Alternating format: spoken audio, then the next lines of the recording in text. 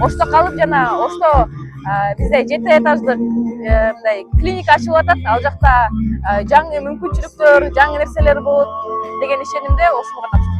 Шаар мэри тарабынан сыйлык алып, алдыңкы 50 окуучуга кирген Минора жалпы республикалык тестирлөөдөн 213 балл алган. Ал медицина тармагына кызыгып, Ош мамлекеттик университетине тапшырды. Минора келечектеги кесипти эске алып, мамлекет тарабынан муктаж болгон педиатр болууну чечкен. Бул адистик жетишсиз болгондуктан бюджеттик орунга кабыл алындым дейт. Ар түрдүү адамдарды уктум. Ал медицинада окуган көп тааныштарым бар. Анан алардын кеңеши боюнча Ошко эле тапшырдым. Анткени Бишкекте бөтөн жер, бөтөн эл дегендей биринчи эле көчкөндө эле психологиялык жактан чоң басым болуп калып, окууну алып кетүү кыйыныраак болуп калат. Ошондуктан Ошто калып жана ошто бизде 7 этаждык клиника ачылып атат. Ал жакта жаңы мүмкүнчүлүктөр, жаңы нерселер болот деген ишенимде ошого. Жогорку окуу жайларга кабыл алуунун экинчи туру аяктап калды. Бирок быйылкы абитуриенттердин тандоосу мурдагыдан өзгөчө дешет. Соңку жылдары IT, экология, туризм жана маалымат коопсуздугу боюнча адистерге болгон суроо талап кескин өскөн. Буга байланыштуу абитуриенттер суроо талап көч болгон кесиптерге агылып жатканын белгилешет. Казакстандын окуу жайынын өкүлү кыргыз жаштары кесиптик тандоону кылдат талдап жатат дейт. Сиздер билесиздер, жалпы биздин Орто Азия, сонун ичинде Кыргызстан Республикасы бул табигаты жагынан инфраструктура, ягни туризмди дамытууга өтө колайлы келеді. Бул туризм мамандыгында, ягни туризм саласын дамытуу, конак үй бизнеси, мейрамхана бизнеси, тур оператор. Биздин элибизде де, Казакстанда да жаштар заманауи жумуш көзү бар, болашагы кең, ары карай да мисалы өздөрүнүн карьераларын жасауга деген сыяктуу жан жакты талкуулап, анализ жасап, мамандыкты бирге таңдайды. Мектеп битиретін кезде биздин университеттин кызметкерлери де кәсиби багдар берүү жумуштарын жүргүзөдү, анкета толтурат. Onun için тек гана анкета менен шектелмейди, ягни мамандыктын кыр-сырын жан жакты олар көрөдү. Мамлекет эмгек рыногундагы адис жетишсиз тармак катары айыл чарба, саламаттыкты сактоо жана педагогика деп атайын бюджеттик орундарды берген. Бул суроо талаптагы орундар биринчи турда эле толуп калган. Ал эми окуу жайлар туризм жана жасалма интеллект адистигине артыкчылык бериптир. Бизде мамлекет бүгүнкү билим берүү багытындагы саясатында ваучер, анан бюджет гранттык орундар деп бөлүп койгон. Ваучер деген бир гана педагогикалык багыттарга берилет да. Булар дээрлик толуп калды бизде. Ал эми гранттык орундарыбыз педагогикалык эмес адистер боюнча берилген. Өзгөчө IT багытында, жанагы саламат сактоо багытында, айыл чарба багытында берилген. Алар дагы биринчи турдун жыйынтыгы менен эле толуп бүткөн. Экинчи турда кээ бир адистерде гана калган. Алар дагы экинчи турдун жыйынтыгы менен дээрлик толуп бүттү. Жогорку окуу жайларга кабыл алуу 15 августка чейин уланат. Бюджеттик билим алууга өлкө боюнча жалпы 10 000 гранттык орун бөлүнгөн. Кыргызстанда быйылкы окуу жылында 80 000ден ашуун окуучу мектепти аяктаган болчу. Абдымалик Базарбаев, Тейт Телебалдиев, Ош ТВ. Ош шаарында тубаса жүрөк кемтиги менен төрөлгөн бир күндүк наристеге татаал жүрөк операциясы ийгиликтүү жасалды. Дарыгерлер ымыркай төрөлгөндөн кийин эле андан оор жүрөк кемтигин аныкташкан. Наристенин өмүрүн сактап калуу үчүн тез арада операция жасоо чечими кабыл алынган. Операция Ош мамлекеттик университетинин клиникасында ийгиликтүү өтүп, учурда ымыркайдын абалы канааттандырарлык деп бааланууда. Областтык төрөтүүндө жаңы ымыркай төрөлгөндө жүрөк кемтиги бар экенин аныкташып, биздин дарыгерлер менен байланышып, төрөлгөндөн кийин 6 саат болгон ымыркайды алып келишип, жарым сааттын ичинде операция болуп, кайта энесинин кучагына кайтарылды. Бул ошол баягы киндиги кесилет да, киндиги кесилген киндик венасынан кичинекей катетер менен кирип эле ошол кемтиктерин жаап чыгып кетишет да. Мындай операциялар өлкөнүн түштүк аймагында сейрек жасалат. Ошмонун клиникасы заманбап операцияларды быйылкы жылдын февраль айынан тарта жүргүзө баштаган. Мындан тышкары клиникада заманбап медициналык жабдуулардын жардамы менен боор жана бөйрөк алмаштыруу операциялары да ийгиликтүү аткарылып келет. Жыл башынан бери бул жерде жалпы 7 бөйрөк жана 3 боор алмаштыруу операциясы жасалган. Мындай операцияны экстренный плановый хирургия операциясын кылганы бардык шарттары бар. Аллага шүгүр, келген бейтаптарыбыз, Аллага шүгүр, бардыгы жакшы болуп, операция болуп чыгып кетишип атат. Бул жерде баягындай акыркы заманбап технология менен, акыркы заманбап методдор менен баардык келген больнойлорду Аллага шүгүр баардыгын операция кылып атабыз. Дарыгерлердин айтымында орган алмаштыруу операциясына муктаж болуп кайрылган бейтаптардын саны көп. Бирок көпчүлүк учурда ылайыктуу донор табылбагандыктан бейтаптарга күтүү зарыл болот. Операцияга чейин донордон жана бейтаптан бардык керектүү анализдер алынып, жыйынтыгына жараша операциянын мөөнөтү пландалат. Бир статистика жок, ошого байланыштуу бирөө бир нерсе айта албайт. Эми мен өзүм опытым боюнча айтышым мүмкүн. Мага эмеде Индияда, Турцияда пересадка болгон пациенттер келет. Мына пациенттер менен сурайбыз да, канча болду деп айтканда, ошо айтышат. Мисалы жакында эле бир пациент айтты, 5 адам барган экен, 3-өө ал жактан көз өтүп келди. 2-өө жакшы операция келди. Жакында эле бирөө айтты, ошо Турциядан келген экен. Реанимацияда менен жаткан 8 адам көз өттү дейт Турциядачы. Бул көрсөткүчтөрдү түрктөр деле, мисалы индустар деле, алар менен иштешкен мына медтуризм компаниялар деле, алар менен иштешкен врачтар деле айтпайт. Ошого байланыштуу элде башкача ой бар да, мисалы чет мамлекеттин врачтары жакшы, биздин врачтар жаман дегенчи, ал туура эмес.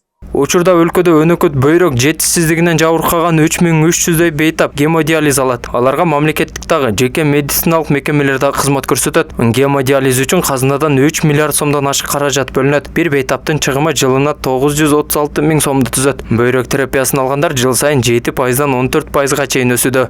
1 миллион калкка 38 бейтап туура келет. Ал эми бөйрөк алмаштыргандан кийин иммундук терапиянын баасы 250 000 сом болот. Толбай Бурканбеков, Тейит Тилебалдиев, Ош ТВ жаңылыктары. Ички иштер министрлиги аймактык милиция кызматкерлерине 102 жаңы кызматтык автоунаа тапшырды. Бул тууралуу министрликтин маалымат кызматы билдирди. Ага ылайык унаалар кызматкерлердин ыкчамдуулугун арттыруу жана укук коргоо органдарынын ишинин сапатын жакшыртуу максатында берилди. Жаңы техникалар участкалык милиция кызматкерлерине коомдук коопсуздукту камсыздоо, жарандардын укуктарын жана мыйзамдуу кызыкчылыктарын коргоо боюнча кызматтык милдеттерин натыйжалуу аткарууга жардам берет деп айтылат билдирүүдө. Көлүктөрдү тапшыруу аземи Кыргыз милициясынын түзүлгөнүнүн 102 жылдыгын утурлай өткөрүлдү. Иш-чарага Ички иштер министри Улан Ниязбеков, анын орун басарлары жана ИИМдин түзүмдүк бөлүмдөрүнүн жетекчилери катышты. Акыркы 70 жыл ичинде Кыргызстандагы мөңгүлөрдүн 16% эриди. Өлкөдө жалпысынан 9959 мөңгү бар. Эң оор абал Талас өрөөнүндө байкалууда. Бул аймакта мөңгүлөрдүн аянты 22% азайган. Ошондой эле ички Теңир тоодо да мөңгүлөрдөн тез кол жууп жатабыз. Адистер муну абанын температурасынын жогорулашы жана кардын аз жаашы менен байланыштырып келишет. Окумуштуулардын божомолунда 2050 жылга чейин чакан мөңгүлөрдүн саны кескин кыскарат. Ал эми азыркы жылуулануу темпи сакталса, 2100 жылга карата мөңгүлөрдүн жалпы аянты 30%га чейин азайышы мүмкүн. Токтогул районунда үйүнүн короосунда 54 түп апийим өстүргөн жаран кармалды. Бул тууралуу Жалал-Абад облустук ички иштер башкармалыгы билдирди. Ага ылайык милицияга шектүү тууралуу маалымат түшүп, үйүн тинтүүгө алышканда 340 грамм кара өкүрөң түстөгү зат жана короосунда өстүрүлгөн 54 түп апийим өсүмдүгүн табышкан. Анын жалпы салмагы 4 кг 120 граммды түзгөн. Бул факт боюнча кылмыш жаза кодексинин 288-беренеси менен иш козголду. Шектүү кармалып 2 айга тергөө абагына киргизилди. Кыргыз-казак чек арасында Каркыра көзөмөл өткөрүү жайы 31 августка чейин күн сайын саат 8:00дөн 21:00га чейин иштейт. Бул тууралуу мамлекеттик чек ара кызматынан билдиришти. Маалымдалгандай, мындай чечим жайкы туристтик сезондо жүргүнчүлөрдүн көбөйүшүнө байланыштуу. Казак тарап менен биргелешкен кызматташуунун жыйынтыгында кабыл алынган. Белгиле кетсе, Каркыра эл аралык көзөмөл өткөрүү пункту Ысык көл облусунун Түп районунда жайгашкан. Ал мамлекеттик чек ара аркылуу адамдардын жана транспорт каражаттарын өткөрүү үчүн кызмат көрсөтөт. Аталган жай адатта 8:00дөн 18:00га чейин иштейт. Социалдык тармакта наристеге карата зомбулук көрсөтүлүп жаткан видео тарап, андагы эркек киши милицияга жеткирилди. Бул тууралуу Ош шаардык ички иштер башкармалыгынан кабарлашты. Видео 23-июль күнү жарыяланган. Маалымат түшөрү менен факт Ош шаардык ички иштер башкармалыгынын Сулаймантоо милиция бөлүмүнө катталып, тергөөгө чейинки текшерүү иштери башталган. Анын жүрүшүндө окуяга катышкандар Ош шаарынын 36 жаштагы баланын атасы, 30 жаштагы жубайы жана алардын 6 жашар уулу экени аныкталган. Милициядан билдиришкенде, видео социалдык тармактарга жакында эле чыкканы менен окуя өзү 2023 жылдын 22 декабрында тартылган такталган. Учурда жубайлар бирге жашабайт. Аял милицияга арыз жазуудан баш тарткан. Ошого карабастан үй бүлөлүк зомбулукка байланыштуу бардык жагдайларды артыраптуу, толук жана объективдүү аныктоо максатында тергөөгө чейинки текшерүү иштери уланууда деп айтылат маалыматта. Шаардык ички иштер башкармалыгы социалдык тармактарда тараган ар бир ушундай маалымат милдеттүү түрдө мыйзам чегинде текшерүүлөрүн кошумчалады. Каза болгон мамлекеттик күзөт кызматынын кызматкерин сабоого шектелген 5 адам кармалды. Бул тууралуу Ысык көл облустук ички иштер башкармалыгы билдирди. Маалыматка ылайык, маркум 29-июнда Бишкекте кызматтык сапта турган учурда эсин жоготуп, ооруканага жеткирилген. Бирок дарыгерлер анын өмүрүн сактап кала алышкан эмес. Сырткы кароодо денесинен оор жаракаттар табылган эмес, бирок көкүрөк тушунда көгөргөн жана сыйрылган издер болгон. Өлүмдүн так себебин аныктоо үчүн экспертиза дайындалган деп жазылат билдирүүдө. 22-июлда маркумдун агасы милицияга кайрылып, иниси 12-июнга караган түнү Ак Суу районунда сүйлөшкөн кызына барганда белгисиз адамдар тарабынан сап алганын билдирген. Текшерүүнүн жүрүшүндө окуяга шектүү катары Ак Суу районунун 5 тургуну кармалган. Факт боюнча кылмыш жаза кодексинин 280-беренеси бейбаштык менен иш козголуп, шектүүлөрдүн 2 жашы жетелек болгондуктан үй камагына чыгарылса, үчөөнүн бөгөт чарасы 24-июлда каралары белгиленди. Милициядан кошумчалашкандай, уур токмоктон улам каза болуу фактысынын бар жогу экспертиза жана тергөө аяктагандан кийин такталат. Баткен шаарынын Сайдыман Ажы көчөсүнө түшкөн сел тазаланып, каттам калыбына келтирилди. Бул тууралуу өзгөчө Кырдаалдар министрлигинин Баткен облустук башкармалыгы кабарлады. Кече 23-июлда саат 19:30 чамасында тоолорго жааган жамгырдын кесепетинен сел келип, аталган көчөдөгү көпүрөдөн суу ашып, ички жол каттам убактылуу жабылып ачылган. Баткен электр тармактар ишканасынын короосуна сел суулар кирген. Тазалоо иштери уланууда. 23-июлда саат 18:30 чамасында нөшөрлөп жааган жаандан кийин мындан сырткары Баткен жана Кадамжай райондорунун айрым айылдарында сел жүрдү. Сел суулары унаа жолдоруна, турак үйлөргө, короо жайларга жана административдик имараттарга зыян келтирип, айрым унаа жолдорунда каттам убактылуу токтотулду. Ошондой эле кээ бир аймактарда электр энергиясын берүү үзгүлтүккө учурады. Баткен районунун Суу башы айыл аймагынын Жаңы Достук айылында сел агуучу сайга сел келип, бир үй бүлө сайдан өтө албай 2 сайдын ортосунда калып кеткендиги тууралуу маалымат түшкөн. Жерине 3-чү өзүнчө издөө куткаруу тобунун 5 куткаруучусу тартылып, жарандар коопсуз аймакка чыгарылды. Кыргызстандын Германиядагы элчиси Өмүрбек Текебаев Бремен шаарында жайкы эмгек программасынын алкагында жүргөн кыргызстандык студенттер менен жолукту. Бул тууралуу ал социалдык тармактагы баракчасы аркылуу кабарлады. Анын айтымында немис тарап менен жүргүзүлгөн сүйлөшүүлөрдүн жыйынтыгында келишимде каралган жана каралбаган бир катар маселелер оң жагына чечилүүдө. Студенттер 28 календардык күнгө гана кепилдик берилген эмгек келишимдерине кол коюшкан. Ошого карабастан Германиядагы өнөктөш тараптар алар үчүн жаңы жумуш орундарын табууга аракет көрөрүн билдирген. Кече социалдык тармакта жайкы каникул маалында иштегени Германияга барган 150 студент убада кылган жумушка киргизилбей, жатаканасынан чыгарылганы жатканы тууралуу видео тараган. Экиге бөлдүк маселени. Ал жак Кыргызстан мында эсептеше тургандар менен Кыргызстанды эсептешебиз. Бул жерде немис тараптан өндүрө турганды сүйлөштүк да буларданчы.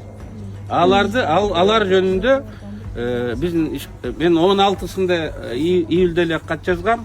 Дагы жазам, талапты биздин укук коргоо органдары, эмгек министрлиги жана башка көзөмөлдөй турган органдар күчөтүш керек. Кошумча талаптарды кийинки жылкыга ушундай болуп калбас үчүн кошумча талаптарды коюш керек.